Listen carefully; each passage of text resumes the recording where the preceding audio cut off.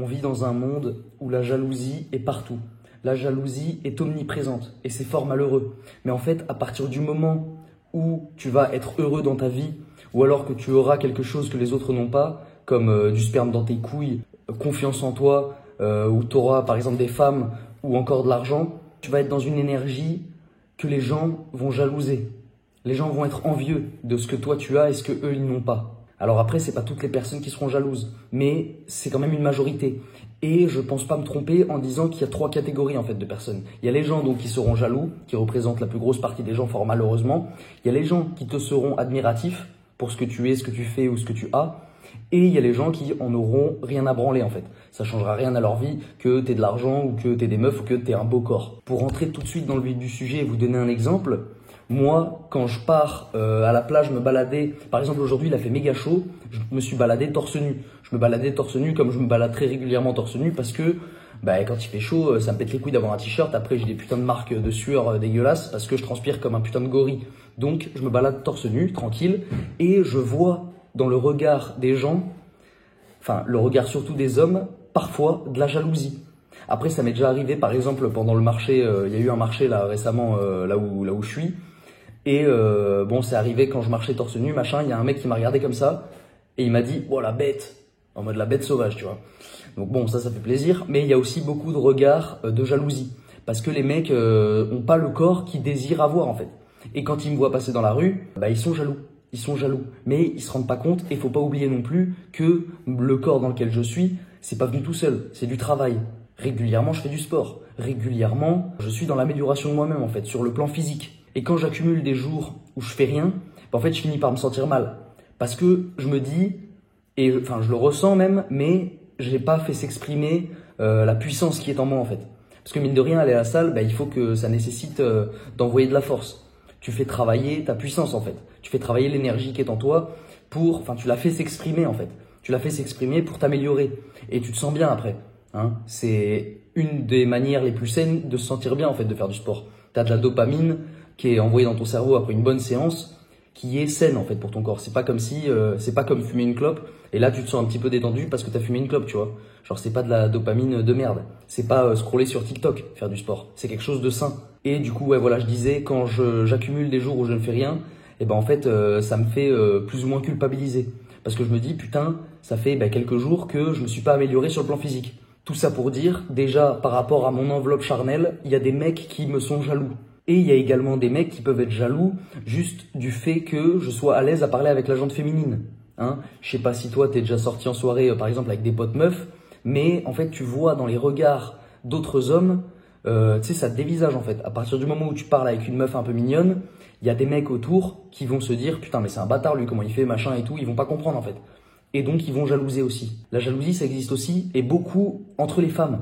Les femmes, elles sont jalouses entre elles. Il y a une amie qui me racontait que quand elle est rentrée dans le monde du travail, elle a commencé par faire de la grande surface. Donc, elle était en mise en rayon, un peu comme moi en fait, quand je suis rentré dans la vie active. Enfin, moi, j'étais au drive, mais bref. Et en fait, dans son équipe, il y avait quelques hommes et quelques meufs. Et en fait, elle s'est super bien entendue avec tout le monde, sauf une nana. Une nana qui, du coup, en fait, l'a jalousée d'être arrivée après elle et de s'entendre mieux avec certaines personnes qu'elle.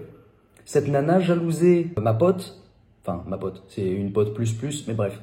Elle l'a jalousée parce que, en fait, elle avait quelque chose que elle n'avait pas. À savoir une meilleure complicité avec ses collègues que l'autre meuf. Et du coup, cette meuf-là a pas supporté et en fait, elle lui a fait des crasses. Elle lui a fait des crasses et elle lui parlait mal. Elle la respectait pas et ça a fait que ma pote, elle a quitté son taf, notamment pour ça, parce qu'elle en pouvait plus en fait. Bon après, c'est une femme, voilà, c'est un être émotionnel, donc elle a pas vraiment réussi à mettre l'autre meuf en place, tu vois. Et à dire les choses, à lui dire les choses, à lui mettre dans la gueule ce qu'elle pensait d'elle. Mais voilà, elle était jalousée par cette fille qui considérait que, elle comprenait pas en fait pourquoi elle avait une meilleure complicité avec les autres que elle. Pour vous donner un dernier exemple, il y a quelques jours en fait, j'ai accueilli ma sœur avec moi ici et ma sœur en fait, je la vois pas souvent. En fait, elle a suivi mon père qui a quitté l'endroit où on a grandi avec ma sœur pour aller à Paris, pour rejoindre la femme avec qui il a refait sa vie. Avec ma mère, en gros, ils se sont séparés depuis à peu près 6-7 ans. Et depuis, quelques années après, en gros, mon père a rencontré une nouvelle femme qui venait de Paris, enfin les alentours de Paris, et il a refait sa vie avec elle.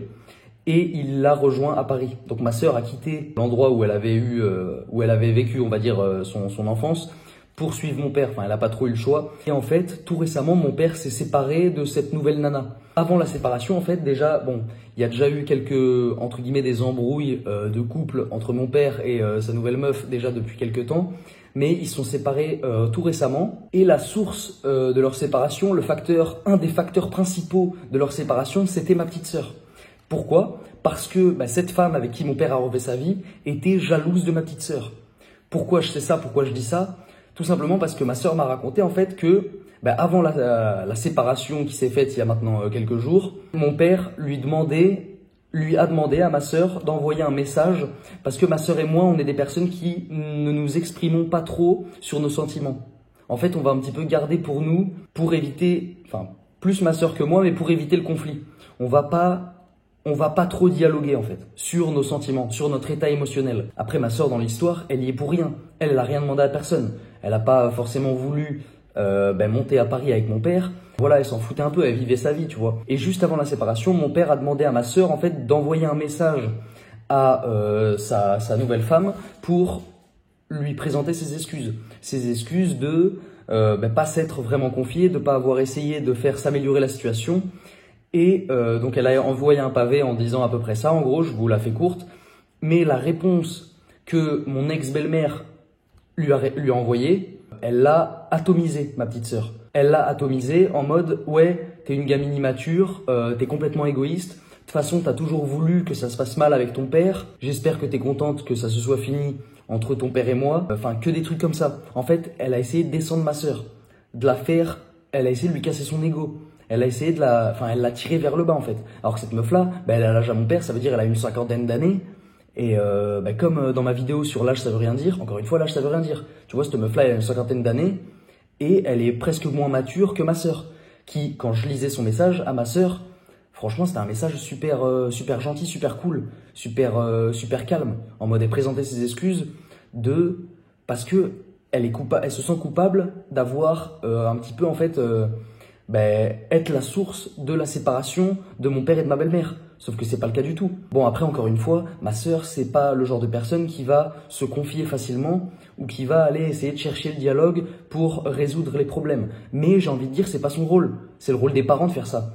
Et elle, cette meuf-là, l'ex à mon père, du coup, maintenant, elle faisait que des reproches et à mon père et à ma sœur. Mais elle, jamais, elle non plus n'a tenté d'initier le dialogue, que ce soit avec ma sœur ou avec mon père, pour essayer de régler les problèmes. Et juste avant que ça se finisse entre eux, comme je viens de vous le raconter, le message qu'elle a envoyé à ma petite sœur, que j'ai lu il y a quelques jours quand elle me l'a montré, ça m'a mis sur le cul. Et je vois en fait la face cachée de ma belle-mère. À savoir, c'est une grosse pute. Bon, je suis pas trop rentré dans les détails de l'histoire, mais tout ça pour dire encore une fois que la jalousie est présente. Et que en fait, mon ex-belle-mère était complètement jalouse de ma sœur. Parce que mon père se souciait de l'avenir de ma sœur et de son bien-être, et pouvait parfois peut-être oublier en fait de s'occuper entre guillemets de sa copine. On peut également conclure un peu la même chose que dans ma vidéo sur l'âge ça veut rien dire, mais encore une fois, par exemple ma sœur, elle est quand même, je la trouve beaucoup plus mature que cette meuf-là, que l'ex à mon père, alors qu'elle a 50 piges. Elle est censée, tu sais, dans la logique des choses, tu te dis, putain mais elle est plus âgée donc elle est censée avoir compris la vie machin et être compréhensible quand ma sœur lui envoie un message d'excuse. Et pas l'envoyer chier et essayer de la rabaisser et tout encore plus alors qu'elle vient pour s'excuser quoi. Et je rajouterai à ça en plus un truc que j'ai oublié, mais ma sœur me disait qu'avant même qu'il s'envoie tous ces messages, elle avait tenté une approche, alors que c'est pas dans son habitude, comme j'ai déjà pu vous le dire, mais elle avait tenté une approche à l'oral, dans le sens où ils étaient dans la maison et ma sœur est venue voir ma belle-mère et lui a dit écoute, moi je sais que toutes les deux on se sent pas bien en ce moment, viens on en parle. Et à ce moment-là, elle me racontait que la réaction de ma belle-mère, ça a été de s'énerver en fait. Et elle avait esquivé le sujet en fait. Elle n'a pas voulu régler les problèmes en parlant face à face. Alors que c'est ce qu'elle lui reprochait derrière par message. Après avoir lu son message d'excuse à ma sœur, elle lui reprochait de pas être venue dialoguer. Donc voilà, encore une fois, c'est une bouffonne cette meuf. Maintenant, pour conclure cette vidéo, comment est-ce qu'il faudrait que tu fasses dans ta vie pour progresser avec cette jalousie qui va t'entourer à partir du moment où tu vas être dans l'amélioration de toi-même? Le plus important, c'est de s'en battre les couilles. il faut s'en foutre. Il faut réussir à se détacher, en fait, du regard des autres et de la jalousie qui va émaner des autres. Je suis bien conscient que tout ça, c'est plus facile à dire qu'à faire. Et je ferai des vidéos pour également comment réussir à se détacher du regard des autres et à tracer sa route et à bombarder vers le succès. Sur ce, les gars, je vous remercie d'avoir écouté. Dans la description, je te laisse un lien si tu as envie de devenir un surhomme. Premier lien dans la description. Je te laisse liker la putain de vidéo si tu as kiffé. Commenter également si tu as envie de me donner ton avis sur le sujet. T'abonner si tu veux atteindre ton potentiel maximum. Je vous laisse également en description un lien pour prendre rendez-vous avec moi. Saisis l'opportunité si tu as envie que je te vienne en aide sur ton chemin de développement personnel. Je vous dis à très vite et je vous fais des gros bisous.